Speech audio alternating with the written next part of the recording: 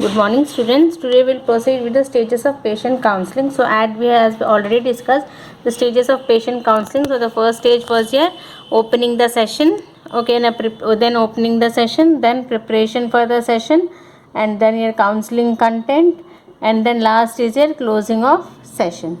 So we have discussed the opening of session, preparation of session, and in counseling content we have seen that USP and other healthcare institutions have emphasized about 174 counseling items, and out of them they have finalized 30 counseling items that are essential for an effective patient counseling. So we had already discussed the first 10. I'll just revise them. So the first one was introduce yourself. The second was to identify to whom you are speaking. The third was to ask if the patient has time to know about their medicine. The fourth was to explain the importance or the purpose of your counseling session. And then the fifth was to ask the patient what did the physician told about the disease and the medicines prescribed. And then the sixth one was prior to providing information, ask the patient if he or she has any concerns. And then the seventh one was listen carefully and respond with appropriate empathy. That means you should listen carefully to the patient and give appropriate respect to the patient.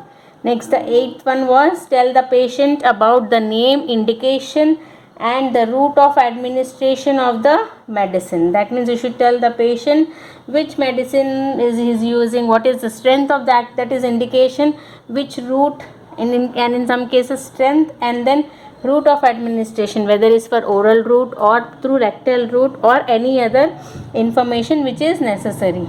Then the ninth was to inform the patient about the dosage regimen. That means whether he should take one tablet a day, means only one and not 3 tablets. Okay. And then the 10th was to ask the patient if he or she has any problem in taking the medication as prescribed. That means if the patient is experiencing any problem in taking the medicine which is prescribed by the prescriber, then he can discuss it with the pharmacist. So the pharmacist may help him and he may work with the physician to change the medication to a less complicated one which might be suitable for him. So next we have to discuss the remaining counseling content.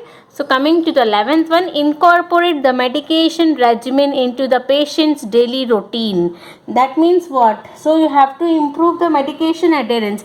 Medication adherence means what? Adhering to medicine. So you have to improve the medication adherence. For that, patient should be advised to incorporate the medication into their daily routine, because if they are not allowed, if they are not advised, they may miss the dose or they may think that it is not important. So it is very important if medications are incorporated in their daily routine. Okay, so if they are daily incorporated, then the chances of missing them will be very less. Alternatively, you can use the help of alarm or a pill box. So nowadays everyone is using smartphones, right?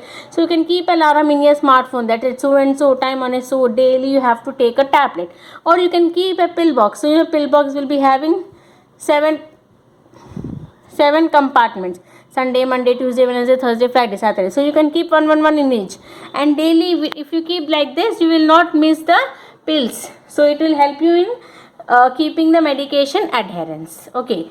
So the next, tell the patient how long it will take for the drug to show an effect. So that means patient should be clearly informed about the duration that the medication will take to show the therapeutic effect. Therapeutic effect is what? To show the drug to show its action. It will take some time. So the patient should be informed about that, because they will not have any idea about that. So if they are informed about this, if they are not informed, the patient may stop taking the medicine.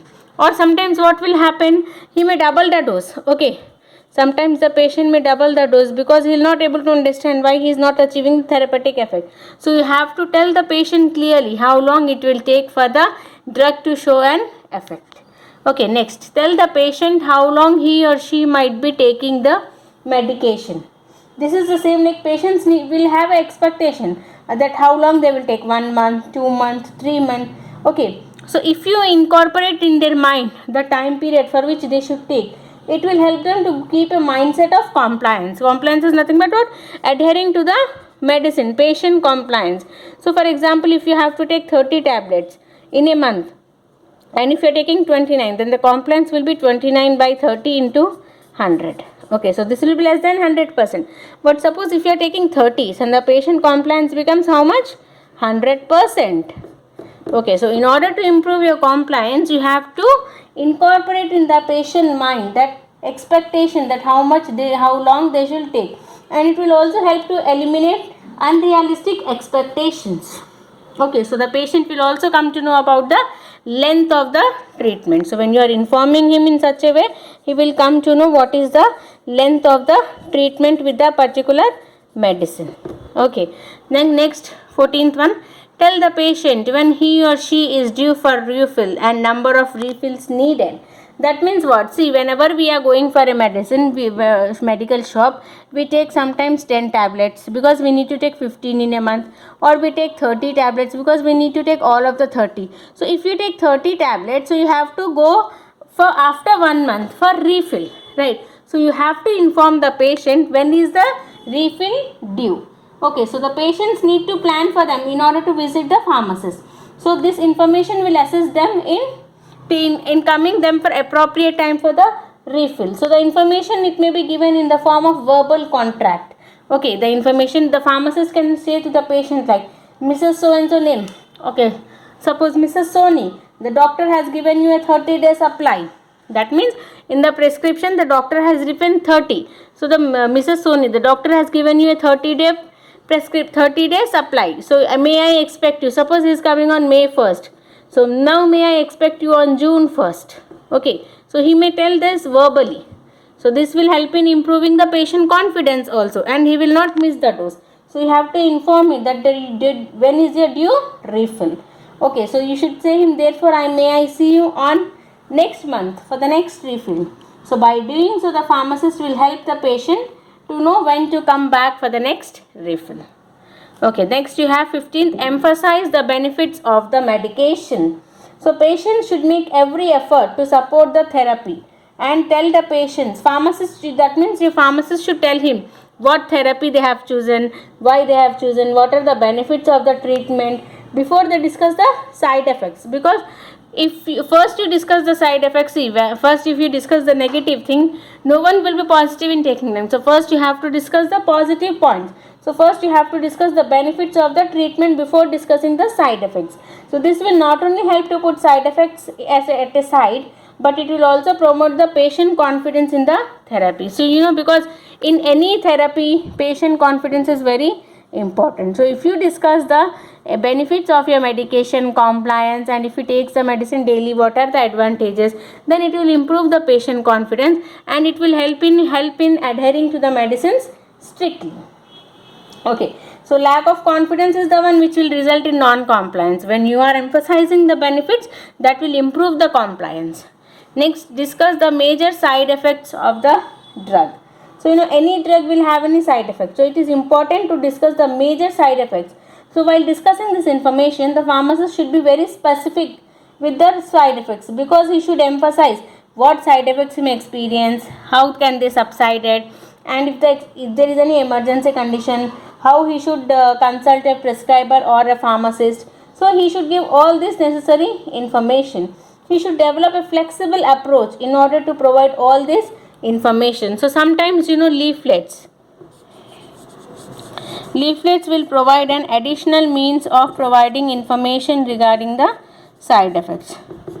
So if you give him all information regarding the side effects, what he can experience at what time, the patient will be well versed with the benefits and side effects, and that will help in improving the adherence as well as your compliance. Okay, next, point out that additional rare side effects are listed in the information sheet. Okay, so their information sheet will be given to the patient. So that will summarize the facts about the medication which should be given at the end of the counseling session. Okay, so the patients will know what are the side effects. You have already discussed. Leaflet is also there. So everything information is there with the patient. Okay, and we should also emphasize about what are the rare side effects. That means that side effects which could be very rare, that also you should tell him. And you should encourage the patient to call if he or she has any concerns about this rare side effects. Okay, if the patient has any concerns regarding the side effects, he can call him anytime. That assurance the pharmacist should give to the patient. Next you have 18th one. Use written information suitably to support your counseling process. Use written information suitably to support your counseling process. Okay, so that means written information, it will it will add to the verbal instructions which are given by the pharmacist. Verbal is the one which you are giving orally. So when you are adding written instructions, that will give support to the verbal instructions. Okay, and the patients, if you are giving the leaflet, what is the advantage? Whenever he is having the time, whenever he is free, he can see the leaflet and he can recall the instructions which the pharmacist has given him. Okay, so written information may be given to patients to look over while the prescriptions are being dispensed. Okay, so this will prepare this. So written information here you are giving to patients before prescriptions are being dispensed. That means before you are dispensing, you are giving some information to the patient. So the patient will read, and in case he is having any doubt, he'll ask some questions and then he may clarify his doubts. So that is why you are using written information in suitably. Suitably means you are giving him before dispensing so that he can read and understand the instructions better, and in case of any queries, he can solve them. The next, discuss precautions like activities to avoid, beneficial activities like exercise, diet, decreased salt intake with the patient. Okay, because prescriber these days are very busy. Hardly you pay 500,000 rupees and just you get a 5 minutes, 10 minutes appointment. Okay, in that you cannot ask all the questions. He cannot answer you all the questions. What all you wanted to ask, obviously will miss some or the other point. So whenever you have in case such doubts, you should discuss it with your pharmacist, because the pharmacist is well versed with these, so he can help you out in this activity. So you have to discuss, the pharmacist can discuss what activities you should avoid, and for beneficial like to increase the exercise, diet, to decrease the salt content. Okay, and all this can be discussed for effective to see the effective therapy, to see the therapeutic effect very soon, or to see an effect which is apart from medication. These are all required. See, whenever you have, whether it's BP or sugar, it is not all the medication that is helping you. Asthma, so some natural like exercise, diet control, lifestyle changes, all these will help you out. So whenever you are following this along with your medication, then obviously you will have an improved quality of life. So that should be discussed with the patient. The next, discuss drug food and drug disease interactions. So all the patients will not be aware that whatever medication they are taking, with what food they are taking, and whatever disease they are having, that may have an interaction with the drug with which they are taking. So all the prescribers and all the physicians will not inform you about the drug food interaction. So we all know many interactions which are very common, like for example tetracycline and calcium complex. So milk or dairy products you should not take whenever you are taking tetracycline antibiotics. So tetracycline calcium complex, this complex will be formed which will not help either of them to show their action. So similarly there are many examples. Grape juice is there, it is an inhibitor of many enzymes. So whenever you are taking grape juice, you should avoid certain drugs. Okay, so that is very food drug interaction. And you should avoid milk, that is incompatibility. So, and whenever you are having hypertension, so hypertension drugs, they should not be taken with drugs used to treat cold or cough. You should always keep a gap between drugs which are used to treat cold and cough and the drugs which are used to treat blood pressure, that is your hypertension drugs. So all this information may not be known by the patient, so it is important to inform them about all these precautions, so that will help them in achieving the therapeutic effect. Okay, so these are with the 20 points we have discussed. The remaining 10 points we have to discuss, so that will end your counseling content and then closing the session. So these are the stages of your patient counseling, and then next we have to discuss about what are the barriers of patient counseling and how do you overcome. So what are the strategies to overcome those patient counseling. So this is a very simple yet important unit. I request all of you to go through the textbook and the video to prepare notes, and in case of any doubts you can pin me, but this is very simple and you can definitely expect one 2 marks question or a long mark question from this unit. So hope you all understood. Thank you.